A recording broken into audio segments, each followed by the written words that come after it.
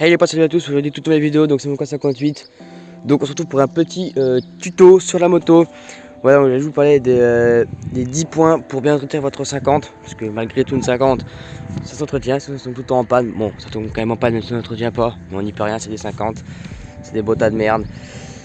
Donc, premier point qu'il faut regarder quand même assez régulièrement, c'est la pression de vos pneus. Donc, pour regarder la pression de vos pneus, tout simplement, vous avez des petites valves sur chaque pneu. Donc vous enlevez la valve. Je vais pas vous montrer, vous savez faire je pense, mais je vais quand même vous montrer.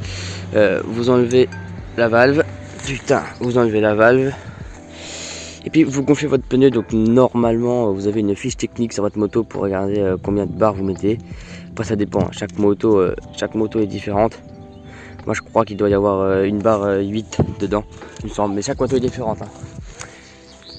Et pareil à l'air, donc vous avez une petite valve et puis pareil, hein, vous l'enlevez et puis vous gonflez votre pneu. Voilà. Ensuite, en même temps que vous faites ça, vous pouvez regarder l'usure des disques. Donc l'usure des disques, donc les disques en fait c'est ce qui permet de freiner, donc avec les plaquettes. Donc vous regardez l'usure des disques, donc vous regardez si c'est pas si quand vous touchez c'est pas ondulé ou s'il n'y a pas de pète sur le disque. Donc faut regarder et toucher, hein, bien sûr, hein. Faut vraiment toucher pour voir s'ils ne sont pas cassés. Donc je vais y faire en même temps parce que j'y ai pas fait.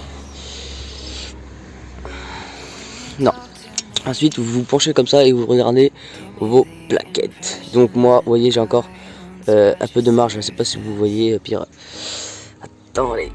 Ah putain. Bref, vous regardez vos plaquettes. Donc après vous regardez s'il vous reste de la place ou pas pour vos plaquettes. Tout simplement. Donc en fait normalement là, ce que vous faites comme ça, vous voyez vos plaquettes, vous voyez par exemple là moi on voit un tout petit peu, vous voyez, et il m'en reste un petit peu de ce côté là, mais de ce côté là c'est presque mort, donc il va falloir que je recommande des plaquettes.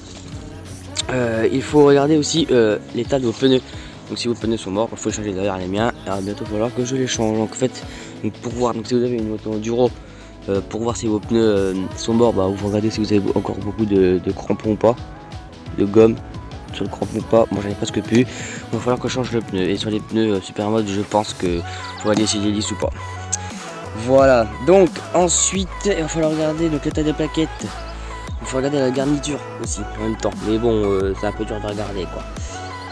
Le liquide de refroidissement aussi. Donc le liquide de refroidissement. Donc je sais pas sur normalement sur toutes les motos c'est pareil je pense. Donc sur Derby, sur Reju, sur Beta, vous avez tous un radiateur. Ah, logiquement, donc vous avez le petit bouchon qui est juste ici.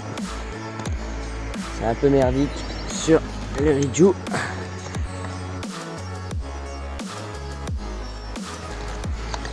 Hop, c'est un peu merdique. Et puis moi, j'en ai pas. J'ai pas de liquide de...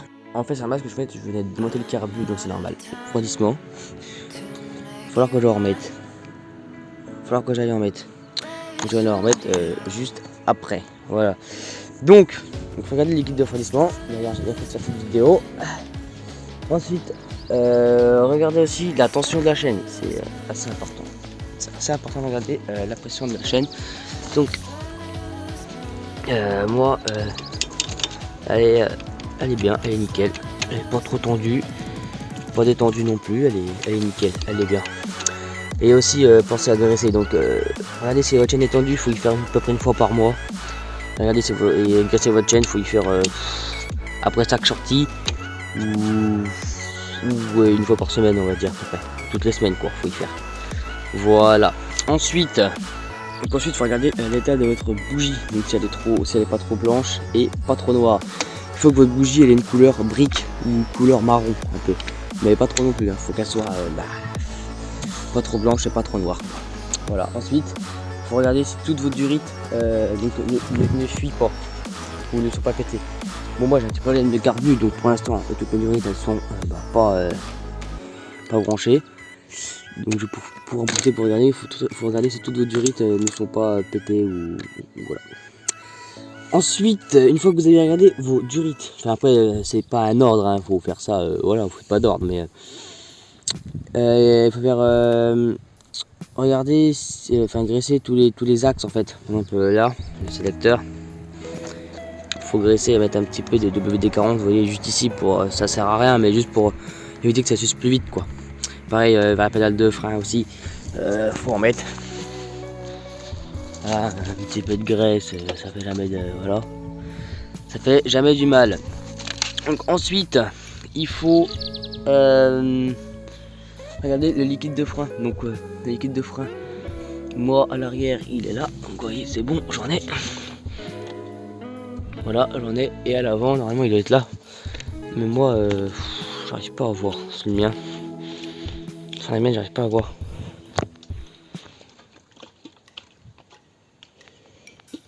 C'est bon, j'en ai. Et puis surtout ne pas oublier de faire la vidange de boîte, mais après c'est toutes les 7000 km sur les 50. Donc la vidange de boîte à faire, mais bon voilà, toutes les 7000 km. Voilà, donc c'était une petite vidéo comment entretenir votre 50. Donc là si tu fais ça, tu vas entretenir ta 50, et puis voilà.